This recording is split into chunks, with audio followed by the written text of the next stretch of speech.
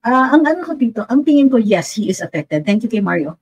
He is affected because it's impossible for him not to hear the rhetoric. It's impossible for him not to have heard the Duterte and Dumaguete. And, you know, it's impossible for him not to know what Maharlika talks about because everybody talks about what she said. And then, of course, there are people like, you know, Crisette and Sas and Mark and Pebbles Talakera, and others, even Banat Bay and all these. It's impossible for him not to be affected.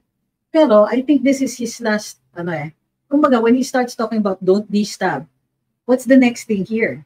Would it be more accounts in danger, more people muzzled, more people not being allowed to speak, more people being deprived of platforms, more people finally facing more cases? Oh, by the way, they're called slap suits. Diba?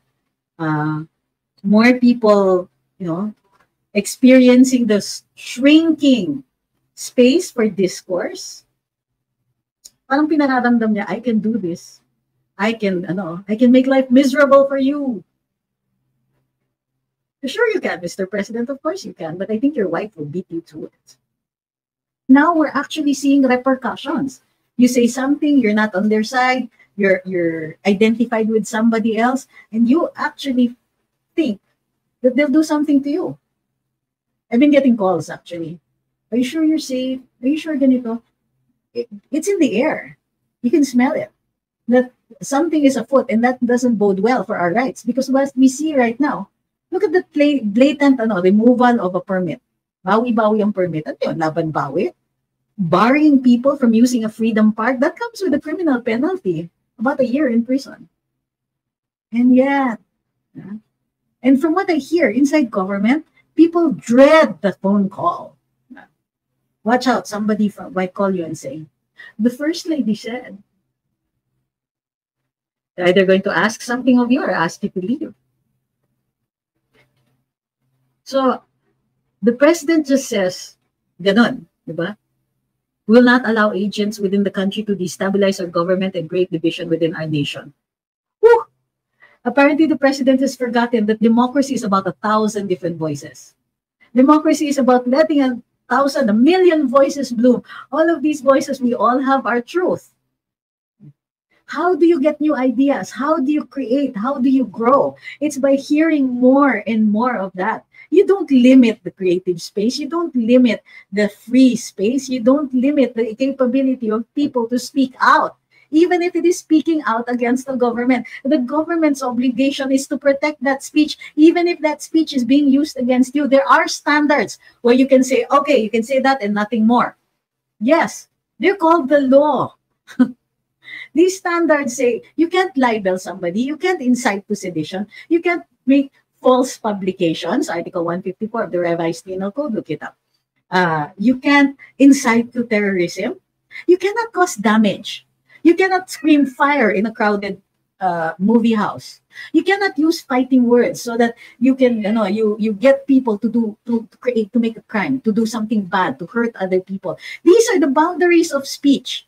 Nothing in there says you can't use free speech to de-stab, because de-stab is not defined. So if the president were clear and he said something like, well, you can't call for people to rise against the government. Sure, Mr. President, but he doesn't even have to say that because it's written in our law. Now, what does he mean by de-stab? How convenient that he doesn't define it. At some point, he's going to say, okay, I no longer like what I'm hearing from you. I'm going to deprive you of the right to speak. He can put people in jail for that by filing libel cases or whatever. Well, not jail. Actually, ang libel hindi na hinihikayat na may kulong. But they can always come up with something, and we know that they can. And this is why the first Marcos administration, we know, casts a long shadow over the second one. Kasi pikon sila eh. Alam mo kung di sila pikon, there would be no need for trolls. And sabi ni Mayor Baste, you're lazy and you have no compassion. Ouch. Because nobody can say that that's not completely untrue. Magandang gabi sa inyo lahat. Ako po si Trixie Cruz Angeles, ito ang Luminous. Napansin ko po, may dalawang things that I really wanted to discuss today. Numero uno, yung mga reaction. Kasi tinitingnan ko itong last few days since the hearing, thank you kay GM, yung mga reaction ng ilang mga tao, or at least dito sa media, tungkol dun sa nangyari sa last Senate hearing tungkol sa PIDEA leaks. Yes, I know it's been several days, pero kasi yung reaction ng mga kolumnista ang tinitingnan ko. Thank you kay Kirst, O4 at saka GM. So, at tinitignan ko kung ano ang appreciation ng ating media, ng mainstream media, ng mga komentarista dito, ay in juxtaposition o kahalintulad dun sa kinukumpara natin doon sa nakikita natin na pangyayari during the Senate hearing. Pangalawa, may sinasabi ang ating Pangulo tungkol sa sitwasyon ngayon at ang sabi niya ay hindi daw siya papayag sa DSTAB. So, pag-usapan po natin itong dalawang topic. Umpisahan po natin doon kay Jonathan Morales. Na-touch naman po ako kasi matapos ninyong sabihin sa akin na nagpasalamat siya sa amin dito sa Luminous, chinek ko po yung interview ni Madam Maharlika sa kanya at napansin ko nga po na after kay Pebbles Talakera ay nagpasalamat siya sa amin dahil nga sinuportahan siya. Ang totoo po niyan, we never really set out to support him, pero ang nakikita kasi namin dito ay maliwanag yung kanyang explanation, mayroong logical at kumpleto na storya, at consistent yung testimony niya. In fact, nakikita natin na ang mga reaction, base dito sa mga reaction, some people are deliberately misreading what is going on. Bakit ko sinasabi yan? Tignan nyo yung mga reaction. Mayroon sa Manila Bulletin, tila kolumnista yata ito, Elson Kismoro. Sabi niya, Jonathan Morales appears to have killed his own credibility after admitting to the planting of evidence, a big no-no, during the Senate Committee on Public Order and Dangerous Drugs. Well, unang-una, ito nga po, ang sinasabi ko sa inyo, ay kinikwento ko na if the issue here is that kung ang theory mo, kasi it depends on what you're trying to prove kung ang theory mo ay hindi totoo itong document, then you attack the document. Diba? It doesn't make sense to attack the person who claims that he wrote it. Parang ang sinasabi nila, no, Mr. Morales, you did not write it because at some point in your past, you did something really bad. Pag binasa ninyo yung mga statement, if you reduce their arguments to that, makikita ninyo na masyado pong illogical. So, the question is whether or not if yung theory nila is, he did not actually make that document. So, ang pruweba nila dun sa he did not make that document is because in another case, allegedly, siya daw po ay nagsinungaling at nagtanim ng ebidensya. Para sa akin, simple lang yan. One is not related to the other. Sure, it goes to his credibility, pero ang credibility, mababang uri ng ebidensya yan. Kasi hindi niya inaatake yung dokumento, hindi niya inaatake yung kwento. Kumpleto yung kwento. Pero ang pinakamalakas na nilang panabla ay credibility. Ganito po yun. Kahit nga po sabihin natin, kriminal siya. Kahit sabihin natin, malala yung mga ginawa niyang krimen. Mababago ba yung fact na siya po ang investigador dito? Mababago po ba ang kanyang narration na, opo, kumuha po ako ng testigo dito sa informant, nilagay ko po dyan at gumawa ako ng request for investigation.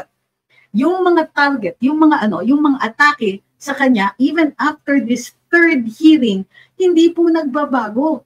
Puro inaatake, ito yung nakaraan niya, ito yung ginawa niya noon, ito yung mga ganito niya. Anong sabi ng Korte Suprema pagdating sa ebidensya? Yung previous acts niya ay hindi maaaring gamiting ebidensya. If you claim he did a crime now, you prove that crime. You don't say in the past kasi ginawa niya ito. That doesn't prove anything other than he did something in the past. Okay? Logic lang po. At kasi ito po ay pangunahing ginagawa ng media operations, ng mga propagandista. And yes, sometimes we lapse into that kind of reasoning. Pero if you look at the cold, hard facts here, wala pong makapagsasabi na, may patunay ako na hindi ikaw ang nagsulat niyan. Pwede nila sabihin, that's not your signature. But it is. Mahihirapan sila na sabihin, hindi niya signature yan, forged yan. Samantalang yung taga-pirma ay andyan at tumitestigo na kanya yung signature na yan. The point being is that yung prior acts niya, even if they were horrible acts, they don't disprove what he says he did here. Okay? Siguro, they make him look like he's a liar and that he might be lying this time. Pero really, hirap naman, hindi diretso.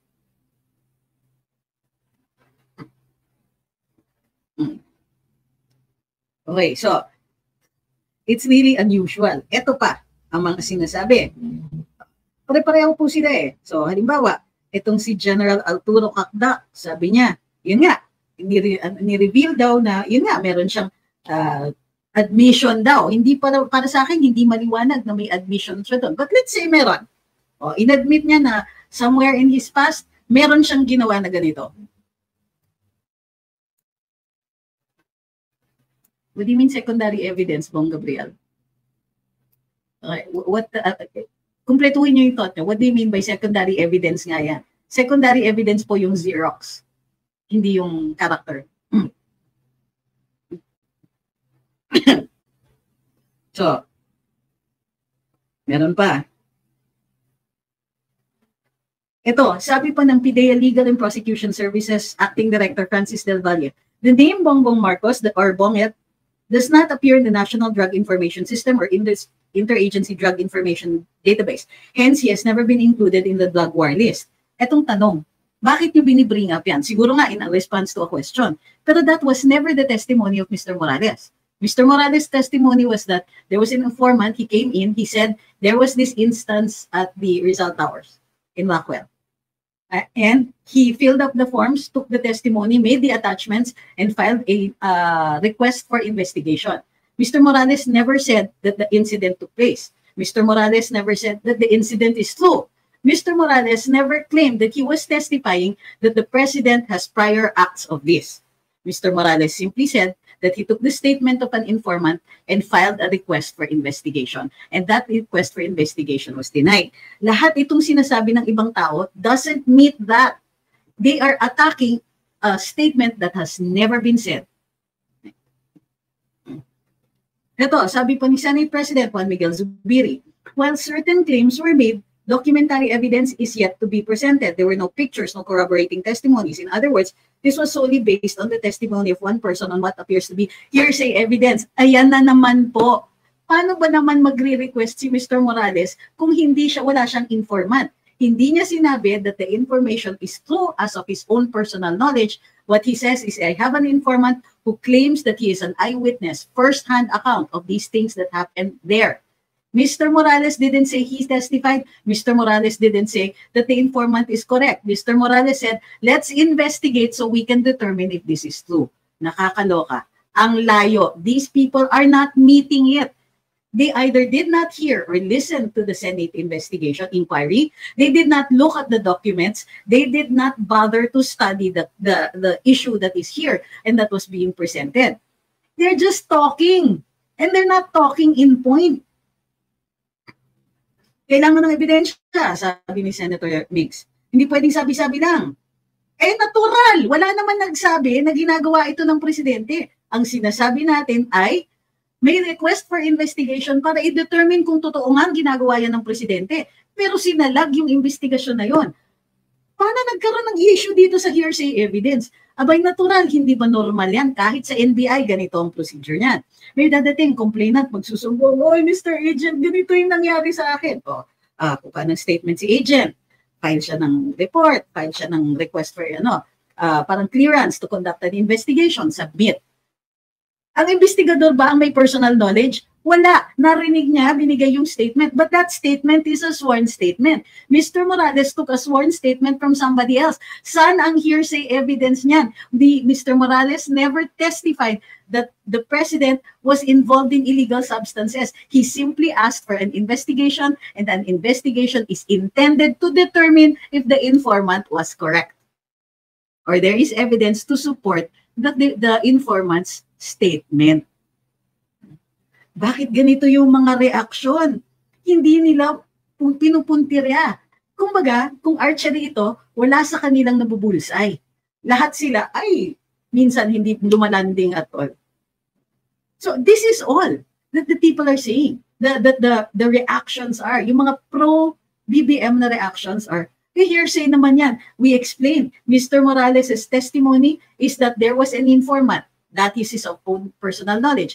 That an informant said this. Mr. Morales is not testifying as to whether or not Maricel Soriano and the senator were at the doing this in Rockwell. he said he had an informant who said this, and yes, he can testify to that. Uy, pwede ba?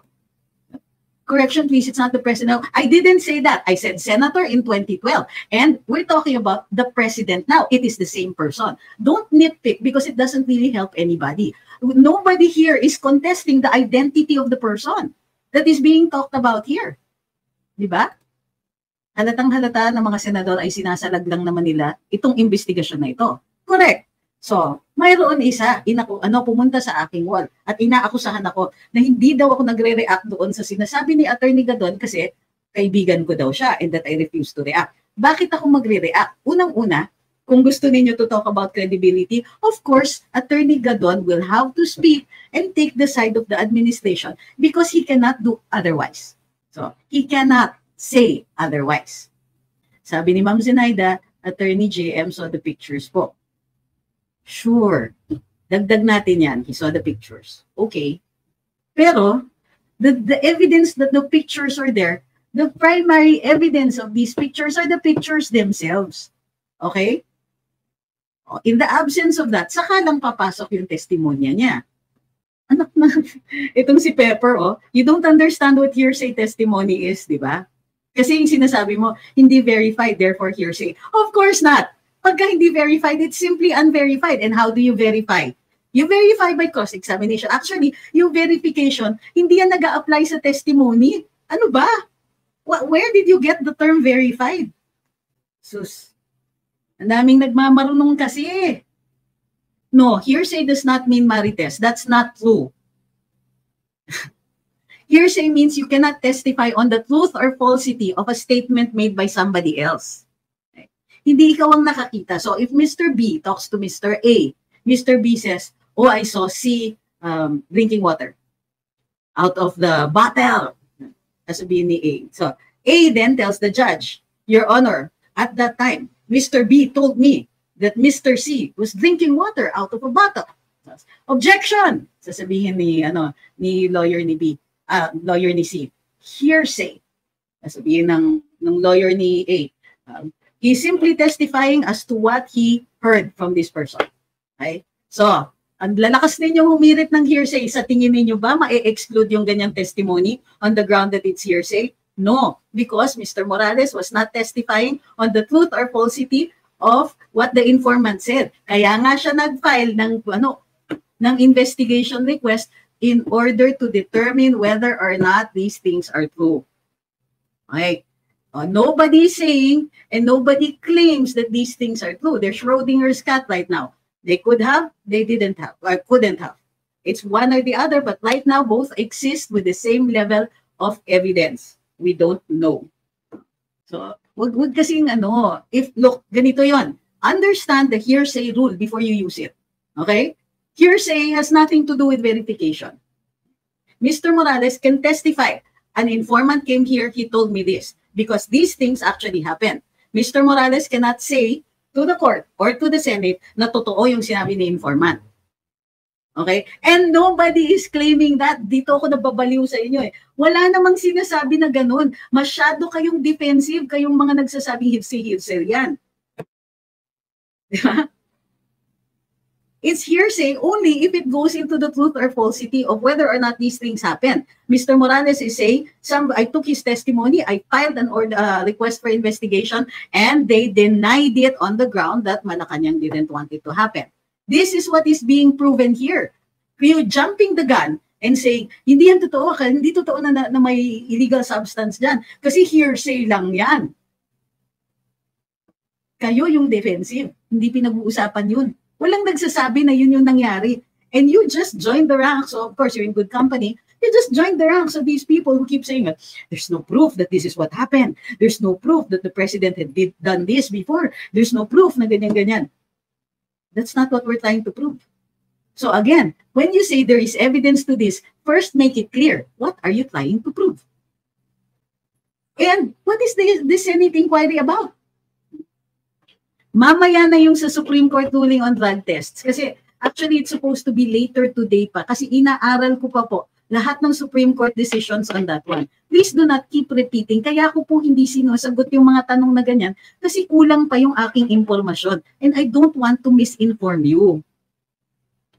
Okay. Ito, sabi ni Paulo, pero may mga instances na raw noon na nagtanim ng ebidensya si Jonathan Morales. They cited one instance. Ang tanong ko sa iyo, so what? So what? Meron bang pagtatanim ng ebidensya dito? You cannot prove that he planted evidence now, that he lied now by saying that he lied before. You have to have something else. You have to have direct evidence. That's merely an insinuation. Sure, it affects his credibility. Of course it does. Pero, it doesn't attack the initial statement. Sabi ni Excited Dolphins. But Mr. Morales made a mistake on telling the video first to Maharlika before the Senate. Yes, but we explained this. At the time, he believed that his life was in danger. He brought it out at the earliest possible time to create a deterrence. O ayan, nakalabas na yung video na yan, magdadalawang isip yung mga tao who were plotting his demise. Okay? That's one. For me, yes, I would rather that he had submitted it first to the Senate. Nang sa gayon, mawawala lahat ng mga issues like wiretapping kasi legal proceeding yan eh. Maybe ano nga ang sabi ni Cheese? Tapos na yung wiretapping, nagawa na yan. Kung presenta na natin. Oh. So, ano yung point mo by saying this? He made a mistake in doing this. Yes, okay, sure, we can admit that. But my question is this, so what? Alam mo, ang dami talaga natutumba na argumento dun sa isang tanong na yun, so what? Sabi ni Tutski, pwede ba after pre-ops report, ano ba ang kasunod na step dapat? Pwede ba sabihin na inupuan yung report dahil high-value targets ang nandun? We don't have evidence of that. Pwede lang natin sabihin that it exceeded the time for the person who makes the decision to actually make the decision or to act on it. So the civil service requires a 10 to 15-day period for any person to act on a document that has arrived at his desk. So kung lampas-lampas po doon, then pwede yung questionin, but that is an administrative case only. Sabi ni Limuel Balana, PDEA leaks, a waste of taxpayers' money deliberating on a piece of scrap paper. It is not, sir. That's only your opinion, but I strongly disagree because that paper has already become evidence. Evidence that an investigation was denied. And why was it denied? Yun yung tanong eh. Because that denial appears to have been against the public interest. It's not a scrap of paper, Mr. Balana. Yung pag sinasabi ng Supreme Court na this is a mere scrap of paper, they are talking about documents that have no effect. Okay? This one clearly has an effect. So para sa akin, all of this much ado about nothing, kumbaga, simple lang yung testimonya dito. Nobody was testifying on whether or not the alleged acts actually happened. Pero yung reaction, akala mo merong nag-akusa. So, somebody is overreacting. Somebody is a little too scared, kumbaga, of what's going on. What I don't understand is why you would overreact over something like this. They could have ignored this. They could have said, well, he's not saying that we actually did this. All he's saying is that he filed for an investigation. The investigation was denied. Okay. Another frequently asked question, and we have to deal with this, is, our frequent comment is, walang patutunguhan yung hearing na yan. Could any of you tell me, ano ba ang gusto ninyong puntahan? Bakit? What do you think a Senate inquiry is about? Minsan, ang tinitignan ninyo dyan is, wala itong pupuntahan. Saan ba dapat? Kasi ang dapat resulta ng isang Senate inquiry ay magkakaroon ng committee report dyan. Yung committee report could could be a presentation of a bill. Kasi yung inquiry na to, titignan kung anong kailangan na batas na baguhin, kung kailangan baguhin, anong batas ang dapat gawin, likhain, o anong batas ang dapat i-repeal. Or it's also possible na, walang kailangan gawin dito. Out na. Pero what are you looking for? Bakit para kayong, I'm so depressed kasi walang pinatutunguhan yung hearing? What do you think it was intended to do? Oh, another thing that they can do is if there is evidence, then the chairman can send a recommendation along with the attachments of the testimonies to the Office of the Ombudsman or to the DOJ, whichever is appropriate, para ma-file yung mga kaso. Sabi ni Oira, sanang pag-usapan nila sa Senado ay kung bakit pinigil ang raid. Hindi nga po raid, investigasyon. Wala pang raid. Kasi ang raid po, yan ay pag sa tingin nila, there is a crime currently ongoing. Or when they have intel or evidence or whatever, an indication that the crime is in progress. Yun ang raid. Right? For the moment, take note that it was a request for investigation. Sabi ni EM Minutes, kung madala sa ombudsman, anong case ang pwede kay BBM? Wait, hindi nga ito about BBM eh. Nobody nga is saying that BBM did anything wrong here. Hindi umabot dun sa punto where we can actually file a case against him because there was an informant and Mr. Morales filed a request for investigation. How can this render any evidence against Mr. Marcos when the worst that could happen here, or the most that could happen here, is that we can prove corruption dun sa pagsasalag ng investigasyon. So, and the term betrayal of public trust is not something for the ombudsman to investigate. Ang betrayal of public trust po is called an impeachable offense. That is not a crime, but an offense that is that can subject you to impeachment. Okay? Sabi ni Kitty Candy, I'm a DDS supporter, pero Senator Bato could do better in facilitating the hearing. So tacky. Well, he had moments.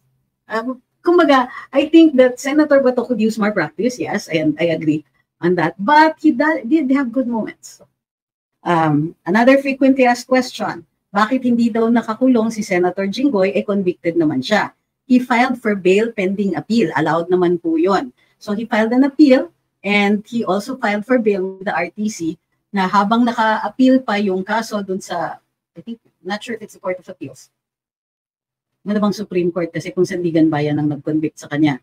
So kung Sandigan Bayan nag-convict sa kanya, Supreme Court na po, and they have to wait for kumbaga, meron siyang bail. So, may piyansa siya. Hindi pa po final yung conviction na yan. Kasi naka-appeal. Kapag pending yung appeal, kailangan hindi pa magiging final yan. Sabi ni Ma'am Maria, hindi nedamo, napasimple ang paliwanag ni na Attorney JM and Maharlika, pero hindi makuha-kuha ng mga iilan na naniniwala pa rin kay Bro. Actually, ma'am, mahihirapan talagang umintindi yung mga ayaw umintindi. Sabi ni Alex, ang worry ko po ay baka wala na pong hawak ng other evidence si Ms. Maharlika at si Agent JM lang po at ang kanyang family sasalo ng buong dusa. Huwag naman sana. Dusa for what? Ano yung hina-hypothesize ninyo na mangyayari sa kanya? Ann Maldit says, sa ibang bansa, pag magkaso, korupsyon, magpapategi sa kahihiyan. Politiko sa Pilipinas, pakapala ng mukha, dapat di sila inalaw ng batas. Sila sumisira sa Pilipinas eh. Hindi po, it's not that eh. It's about the presumption of innocence. Kasi habang may mga ganyan, convicted, gusto nila i-exhaust lahat ng pwede nilang magawa para ma-overturn yung decision ng either Sandigan Bayan o ng RTC. And ayon sa saligang batas, karapatan naman nila yun. Any comment doon sa 100 plus fishermen na naglayag sa WPS? Hindi ko pa po tapos basahin kasi the first news item was hindi sila nakapenetrate. Pero apparently, meron nakapasok doon sa wala pa po akong full comment on that kasi merong mga nakapasok at saka nagbigay ng mga giveaways doon sa mga fishermen na naglalayag doon sa area na yon. So, yung iba pinaalis ng China. Ang tanong lang is, saan ba sila nagpunta?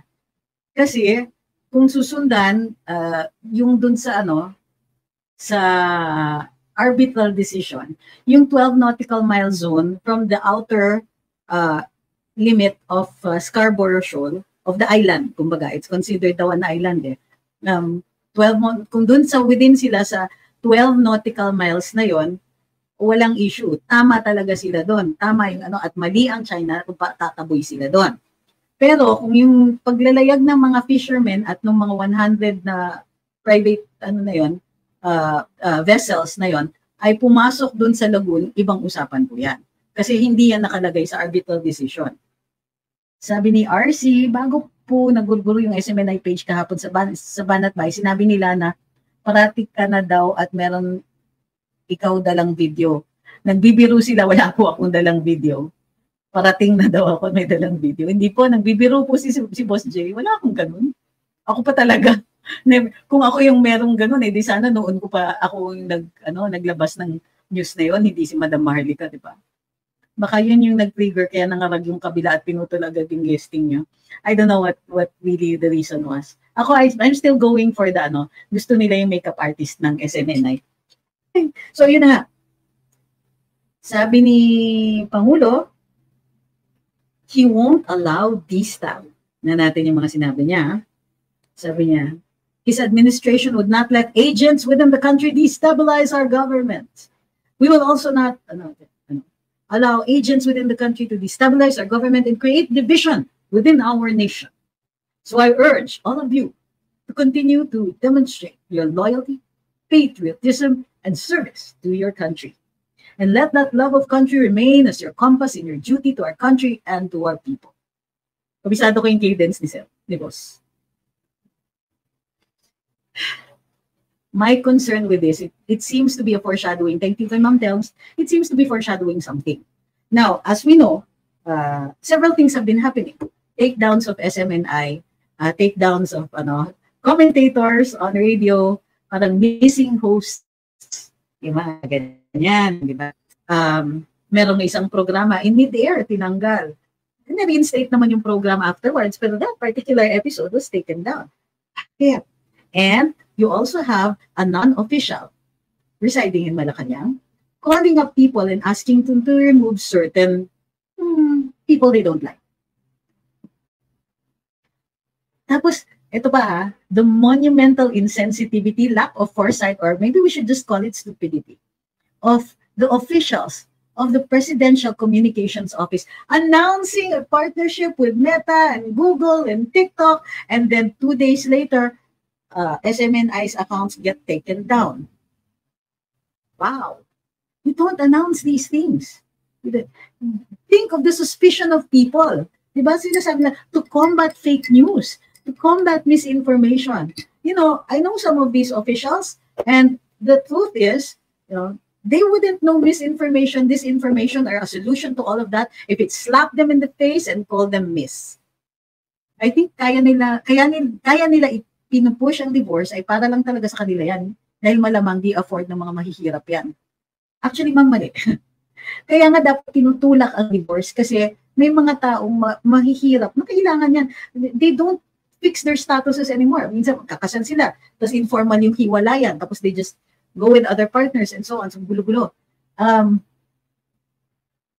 The truth is, we're like only one of 2 countries left that don't have divorce. So, for me, it should be a human rights thing. Why would you want to trap me in a relationship? A decision that I made, when I was very young is going to bind me for life. And, what is the marriageable age in this country? 18, 21. 18, you still need parental, consent. 21, parental advice. 25, wala na. So, tama yung ganon kasi you really need your brain needs to catch up sa development, making decisions, and so on. So, but I think, actually, yung mayayaman po yung nakaka-file ng annulment, mahal po talaga. Meron ka pang, testimony from a psychologist, having requirements. Whereas divorce could be cleaner and neater if we make it so. Hindi po ba expensive ang divorce? Well, I can tell you that because we have no divorce. Expensive ang annulment, I'll tell you that. Kasi dalawa ang kukunin ng annulment din, sa church and sa courts.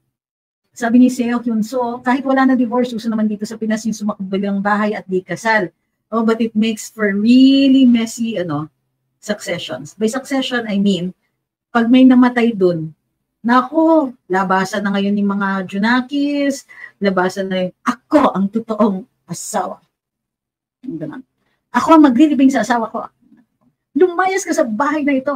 Ako ang nakapangalan dito. Mga drama na gano'n. Ako, I prefer things to be neater pagdating sa mga personal relations, kumbaga. So, but back to PBBM. He says he won't allow DSTAB. What does this mean? He did not define what DSTAB is. And that's where things get really bad. Sabi niya, can't allow DSTAB. First of all, what is DSTAB? What is an unstable country?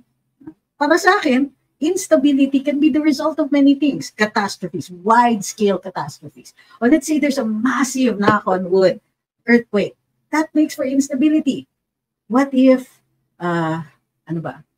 there's, widespread corruption, meaning you cannot expect your government to act in any predictable way. That is also unstable. What if people are starving, there's famine, there's whatever, these sorts of disasters? That also makes things unstable. So the president actually did not define it, but instead is trying to send a message that those people who are causing this, whatever that is, should be put on guard na hindi siya papayag dito. Also, consciously missing is what he's going to do about it. He says, we will also not allow agents within the country to destabilize our government and create division within our nation. Sure. The president, I don't know, ever since the whoever is writing the speech, started writing the speech, has lapsed into vagaries or vagueness. Incredible. At a time when people need good leadership, he regurgitates all these vague promises or vague. And what does the song say? Hindi pwede ka ay makaka-strike tayo eh. Murmured vague obscenities. Hi. Sabi ni House of the Senator, lazy president makes instability. Maybe a lack of leadership. Maybe a lack of vision. There's no, it's simply a statement na huwag kayo mag-destabilize, ha? As if anybody knows what that is. Yeah. Teka, Mr. President, in your lights, what do you mean by DSTAB? He never even said what we can do and not do. So I assume we can still keep doing things as long as they are within the bounds of the law. That's the only standard that we actually need. But the president comes in and with a vague promise or vague threat of something, he says, don't do that, whatever that is. So once again, he fails in communication. If his point was, if he's trying to make people feel, whoa, everybody, all this negative stuff, I'm still in charge. And I want you to feel that I am in charge. I'm in control. Peace and order will be guaranteed in this country. Yeah, we're not seeing that. And you know why we're also not seeing that? All of this kapikunan, with the First Lady calling up and removing commentators, diba? Show hosts, with the First Lady saying, di ako nakikialam, but at the same time making sure that there's certain people removed from government and certain people plunking into government. And then the president, how do you feel leadership then? How do you feel that the country is stable? How do you feel that, things are happening, or what does this Desiderata say? Things are happening as they should. So, pero tama itong si Alan Ruiz. He says, so affected na siya kasi baka mapatalsik na sila sa Malacanang. Ang tingin ko, yes, he is affected. Thank you kay Mario. He is affected because it's impossible for him not to hear the rhetoric. It's impossible for him not to have heard Duterte and Dumaguete. And, it's impossible for him not to know what Maharlika talks about because everybody talks about what she said. And then, of course, there are people like, Crisette and Sas and Mark and Pebbles Talakera, and others, even Banat Bay and all these. It's impossible for him not to be affected. Pero I think this is his last, kumbaga, when he starts talking about don't DSTAB, what's the next thing here? Would it be more accounts in danger, more people muzzled, more people not being allowed to speak, more people being deprived of platforms, more people finally facing more cases? Oh, by the way, they're called slap suits. More people, experiencing the shrinking space for discourse. Parang pinararamdam niya, I can do this. I can make life miserable for you. Sure you can, Mr. President, of course you can, but I think your wife will beat you to it. Sabi ni Mang Binibining Pilipinas, di kaya Marcoses are still fearful because their past still haunts them. He seems like feeding his paranoia. These that were not, shouldn't be center focus. Even his wins are not enough to cure the insecurity. That's true. I agree with this one.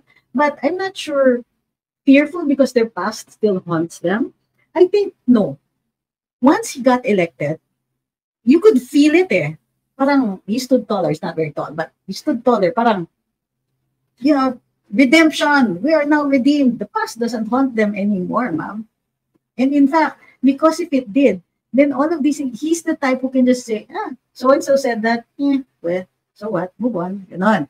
So used to that, he knows what to do, but now we're actually seeing repercussions. You say something, you're not on their side, you're identified with somebody else, and you actually think that they'll do something to you. I've been getting calls, actually.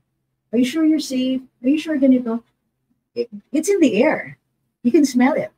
That something is afoot, and that doesn't bode well for our rights. Because what we see right now, look at the blatant removal of a permit. Bawi-bawi ang permit. Ano yun? Laban bawi? The barring people from using a freedom park, that comes with a criminal penalty. About a year in prison. And yet, and from what I hear inside government, people dread the phone call.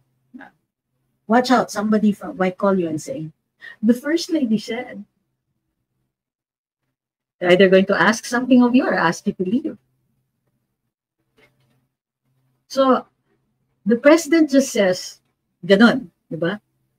Will not allow agents within the country to destabilize our government and create division within our nation. Whew! Apparently, the president has forgotten that democracy is about 1,000 different voices. Democracy is about letting a million voices bloom. All of these voices, we all have our truth. How do you get new ideas? How do you create? How do you grow? It's by hearing more and more of that. You don't limit the creative space. You don't limit the free space. You don't limit the capability of people to speak out. Even if it is speaking out against the government's obligation is to protect that speech. Even if that speech is being used against you, there are standards where you can say, okay, you can say that and nothing more. Yes, they're called the law. These standards say you can't libel somebody, you can't incite to sedition, you can't make false publications, Article 154 of the Revised Penal Code, look it up. You can't incite to terrorism. You cannot cause damage. You cannot scream fire in a crowded movie house. You cannot use fighting words so that you can, you get people to make a crime, to do something bad, to hurt other people. These are the boundaries of speech. Nothing in there says you can't use free speech to destab, because destab is not defined. So if the president were clear and he said something like, well, you can't call for people to rise against the government. Sure, Mr. President, but he doesn't even have to say that because it's written in our law. Now, what does he mean by destab? How convenient that he doesn't define it. At some point, he's going to say, okay, I no longer like what I'm hearing from you. I'm going to deprive you of the right to speak. He can put people in jail for that by filing libel cases or whatever. Well, not jail. Actually, ang libel hindi na hinihikayat na may kulong. But they can always come up with something, and we know that they can. And this is why the first Marcos administration, we know, casts a long shadow over the second one. Kasi pikon sila eh. Alam mo kung di sila pikon, there would be no need for trolls. Sabi ni Saldi, kailangan ng admin na ito mag-aral uli ng Bill of Rights. I think they need to, how do you call this? Grow whatever gland it is that produces sipag. And sabi ni Mayor Baste, you're lazy and you have no compassion. Ouch. Because nobody can say that that's not completely untrue.